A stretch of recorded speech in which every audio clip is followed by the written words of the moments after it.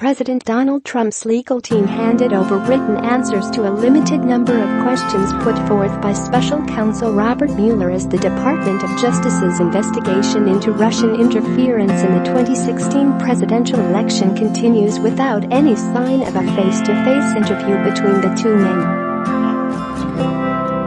Less than 1 year ago, it seemed a sit-down conversation between Trump and Mueller might actually take place. The date and location had both been picked, and the plan was penciled in. Trump would be whisked from the White House to Camp David on a quiet winter Saturday to answer questions from Mueller's team.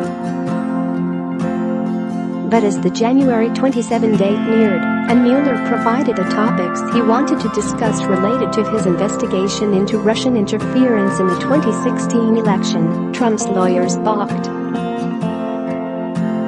Attorney John Dowd then fired off a searing letter disputing Mueller's authority to question the president, and the interview was off. Now, 10 months later, Trump still has not spoken directly to Mueller's team, and may never do so.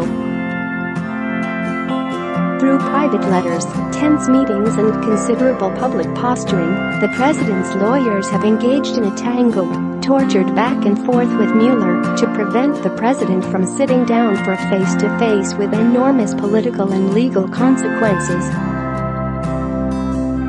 The prolonged negotiation speaks to the high stakes for all aspects involved, including Trump, Mueller's investigation of his presidential campaign and the presidency. Any questioning of a president in a criminal investigation tests the limit of executive authority. Putting this president on the record also tests his ability to stick to the facts and risks a constitutional showdown. The process took a significant step forward this week when Trump's lawyers handed over the president's written answers to some of Mueller's questions. The arrangement was a hard-fought compromise. Trump answered only questions about Russian interference in the 2016 election, and not questions about whether he has tried to obstruct the broader investigation into potential coordination between Russia and his presidential campaign. With the written answers months in the making, it's unclear whether Mueller intends to push for more, either in writing or in person. Special counsel spokesperson Peter Carr declined comment. In the months following Mueller's May 2017 appointment, the White House pledged its cooperation, believing it the fastest way to end the investigation. The administration produced thousands of documents sought by the special counsel and made close Trump aides, including his legal counsel, chief of staff and press secretary, available for questioning. White House lawyer Ty Cobb predicted the investigation could conclude by the end of the year. But it soon became clear that Mueller would want to interview Trump, given his involvement in several events under scrutiny. The president had fired FBI Director James Comey, harangued his attorney general over his recusal from the Russia investigation, and dictated a misleading statement about a Trump Tower meeting involving his son and a Kremlin-connected lawyer. But Trump lawyers Dowd and Jay Sekulow moved cautiously. The last time a president is known to have been interviewed in a criminal investigation was nearly 15 years ago, and a commander-in-chief has not been subpoenaed before a grand jury since 1998, when President Bill Clinton was summoned in the Whitewater case. Trump's lawyers were mindful such an interview would be a minefield for a president who often misstates the facts.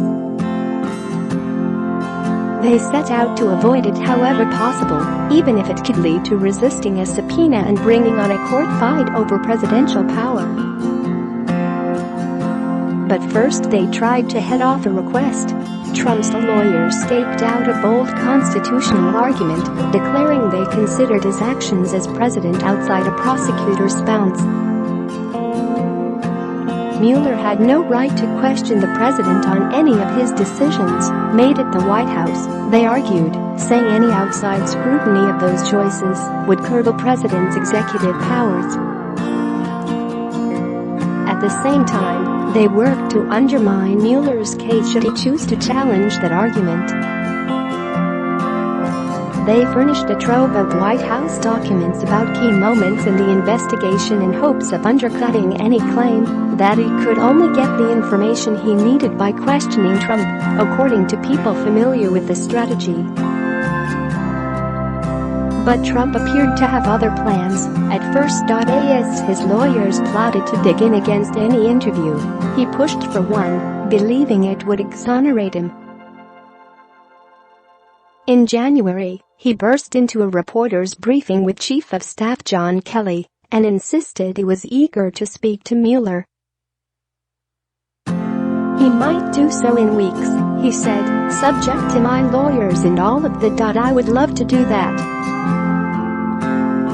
I'd like to do it as soon as possible, Trump said. What he didn't mention was that his attorneys had already discussed and hurried the planned interview with Mueller.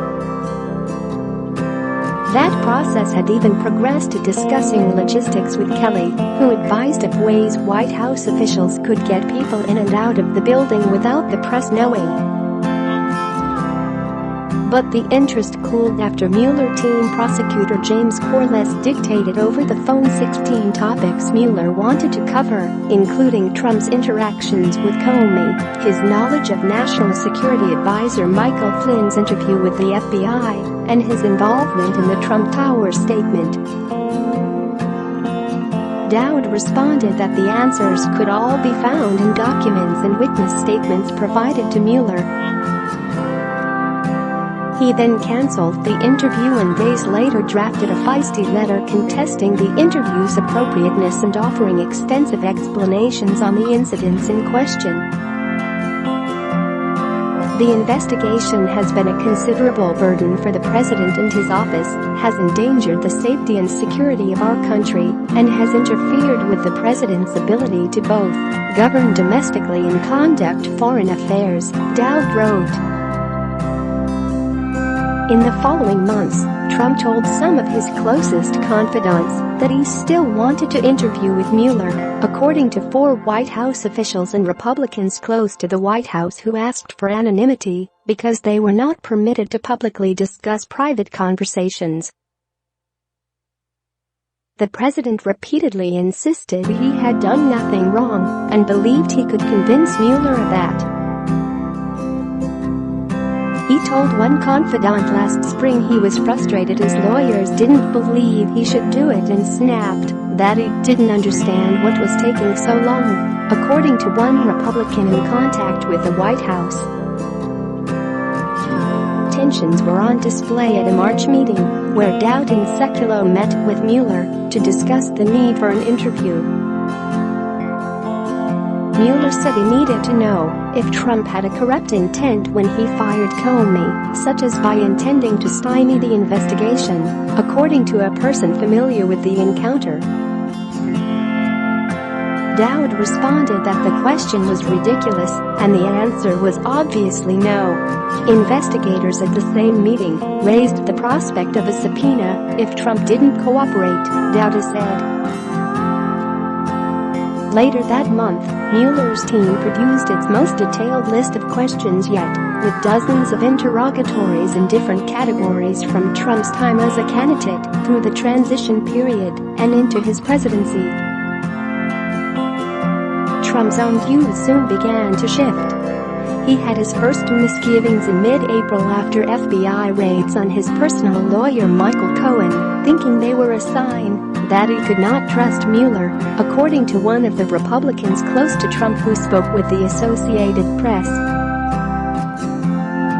Share this article. Share as Rudy Giuliani joined Trump's legal team in April. The White House settled into a new strategy, drag out the interview drama for months, and use that time to ratchet up attacks on Mueller's credibility and complaints about the cost and time of the probe, according to the officials and advisors familiar with the strategy.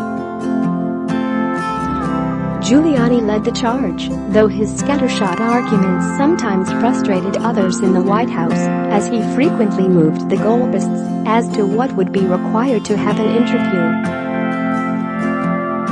But the effect was to ensure the process would drag out longer. Trump, meanwhile, continued complaining about the investigation even as his lawyers quietly negotiated acceptable interview terms. A key breakthrough occurred earlier this fall when Mueller's team said it would accept written answers on Russian election interference and collusion. The concession ensured that Mueller would get at least some on-the-record response from Trump. Prosecutors tabled questions about obstruction, reserving the right to return to that area later.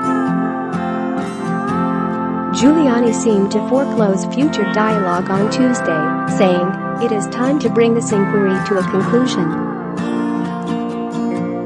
Whether Mueller agrees is a different story.